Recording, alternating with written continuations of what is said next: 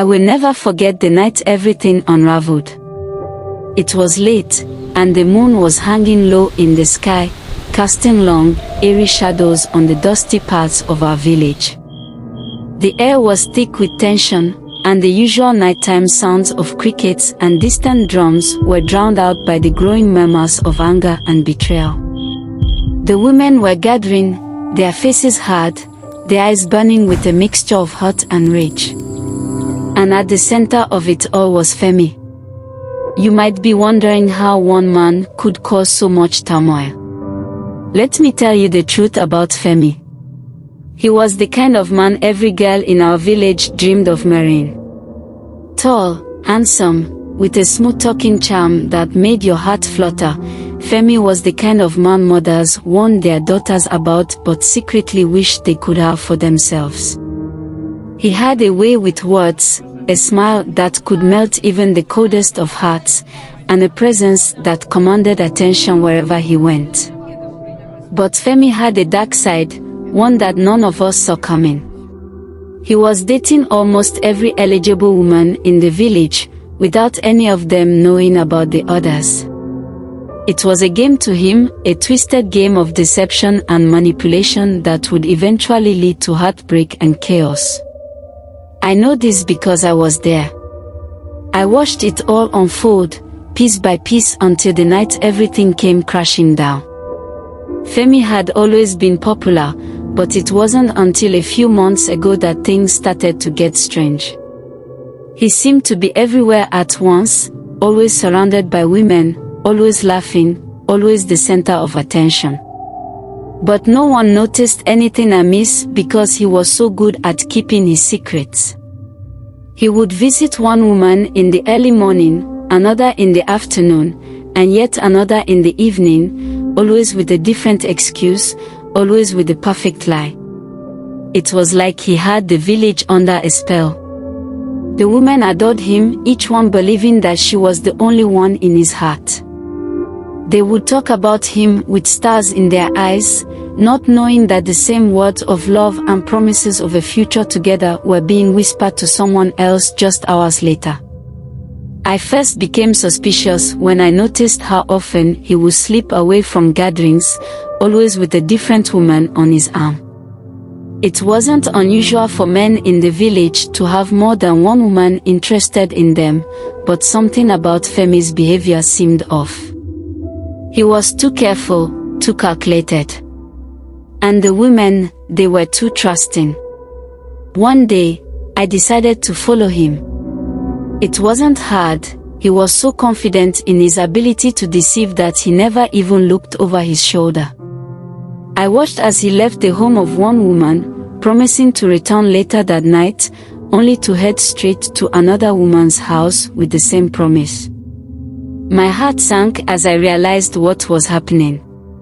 He was playing them, all of them, and none of them had a clue. As the days went by, I kept watching, unable to look away from the unfolding disaster. Femi's web of lies grew thicker, more intricate. He would tell one woman that he was working late, then tell another that he was visiting a sick relative. He had an excuse for everything, and the women believed him because they wanted to believe him. They wanted to believe that they were the only ones he cared about, the only ones who mattered. But the truth was far more sinister. Femi didn't care about any of them. To him, they were just toys, objects of his amusement. He enjoyed the power he had over them, the way they would do anything to please him, to win his favor. And he enjoyed the thrill of the chase, the excitement of knowing that at any moment, his carefully constructed lies could come crashing down. But it wasn't just the women who were affected by Femi's games. The entire village was caught in his trap. Mothers began to whisper among themselves, wondering why their daughters seemed so distracted, so desperate. Fathers grew suspicious, noticing the sudden change in their daughters' behavior. And the men, they started to resent Femi, though none of them dared to say it out loud. I could see it all happening, but I was powerless to stop it. I tried to warn some of the women, tried to tell them that Femi wasn't who they thought he was, but they wouldn't listen. They were too blinded by love, too caught up in the fantasy he had created for them. It all came to a head on that fateful night. The night when everything finally fell apart. The night when the truth about Femi was revealed for all to see.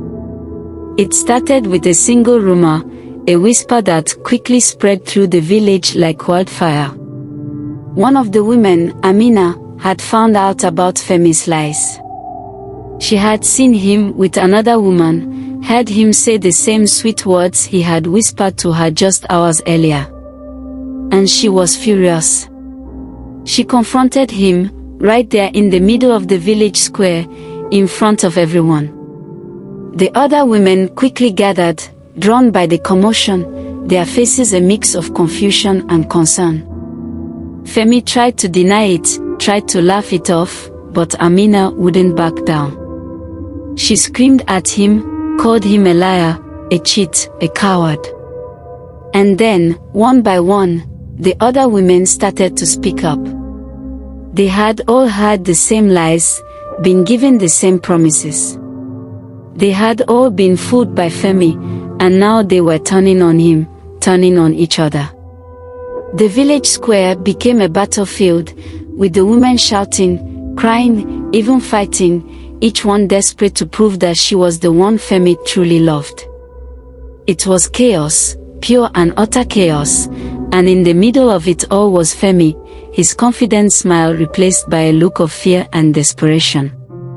He tried to run, but the women were too fast, too angry. They surrounded him, their voices rising in a crescendo of fury and betrayal. I stood on the edge of the crowd, watching in horror as they closed in on him, their hands reaching out, their eyes wild with rage. And then, just as suddenly as it had begun, it was over. The women fell silent, their anger spent, their hearts broken. They turned and walked away, leaving Femi standing alone in the middle of the square, his face pale, his body shaking. Femi left the village that night. No one saw him go, but by morning he was gone, his house empty, his presence erased from our lives. The women were left to pick up the pieces of their shattered hearts, to try and move on from the pain he had caused. The village was never the same after that. The trust that had once held us together was gone, replaced by suspicion and doubt. The women who had once been friends now avoided each other, their relationships forever tainted by the memory of what had happened. The men, too, were affected, their respect for Femi turning into contempt, their own relationships strained by the fear of being betrayed. As for me, I still find myself thinking about Femi sometimes, wondering what became of him, wondering if he ever felt any remorse for what he had done. But I know better than to dwell on it for too long. The truth is, Femi was just a man who let his ego and his desires get the better of him. And in the end, he paid the price for it. But the scars he left on our village, those will never heal. The memory of that night, the night when the truth about Femi was finally revealed, will haunt us all for the rest of our lives. I wish I could say that there was a lesson to be learned from all of this, a moral to the story. But the truth is, sometimes there are no easy answers. Sometimes people do terrible things for no reason other than that they can. And sometimes, the only thing you can do is pick up the pieces and try to move on. But I will tell you this, if you ever find yourself charmed by a man like Femi, be careful. Don't let his smile fool you, don't let his words blind you. Because behind that charm, behind that smile, there may be a darkness you can't see until it's too late. And by then, the damage may already be done.